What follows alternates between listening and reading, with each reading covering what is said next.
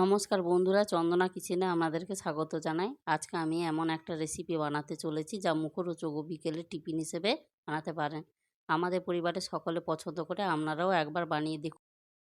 গ্যাসে কড়াইটা বসিয়েছি, কড়াইটা গরম হয়ে গেলে আমি সর্ষের তেল দিয়ে দিচ্ছি। সর্ষের তেলটা গরম হয়ে গেলে রসুন দিয়ে দিলাম, রসুনটা ভাজা হয়ে যাচ্ছে।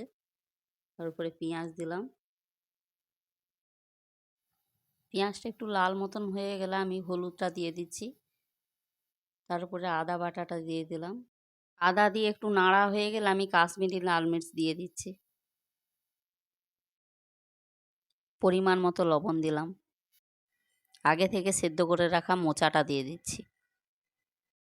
আমি আগে থেকে আলু সেদ্ধ করে রেখেছিলাম। সেদ্ধ করে আলুগুলো মাখিয়ে নিয়েছি, কড়ার মশলাটাও ঢেলে নিয়েছি। তার মধ্যে আমি জিরে গুঁড়ো, গরম মশলা গুঁড়ো, চিলি ফ্লেক্স ও পরিমাণ মতো লবণ দিলাম। আমি একটা পাত্রে 250 গ্রাম ময়দা নিয়েছি, তাতে পরিমাণ মতো লবণ ও রিফাইন তেল দিয়ে দিচ্ছি। আর ময়দা দিয়ে ডোটা বানিয়ে নিয়েছি ও মশলা দিয়ে আলুটাও মেখে নিয়েছি। আমি ময়দাটাকে রুটির মতন বেলে নিচ্ছি, একটু লম্বা করে বেলবো। এবার আমি এক সাইডে মোচার পুরটা দিয়ে রোলের শেপ দিয়ে দিচ্ছি।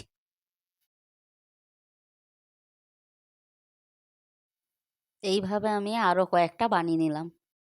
কড়াইতে সাদা তেল দিয়ে দিয়েছি, তেলটা গরম হয়ে গেলে আমি একে একে করে সবগুলো ভেজে নেব। আমি এরকম লাল করে ভেজে নিয়েছি, আপনারা এরকম লাল করে ভেজে নেবেন। আপনারা দেখতেই পাচ্ছেন এগুলো খুব সুন্দর করে ভাজা হয়েছে। আপনারা অবশ্যই বাড়িতে তৈরি করে দেখবেন।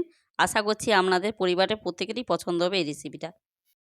আরেকটা কথা, রেসিপি তো তৈরি, কিন্তু এই রেসিপিটার নাম কি দেওয়া যেতে পারে আপনারা একটু কমেন্ট করে বলবেন।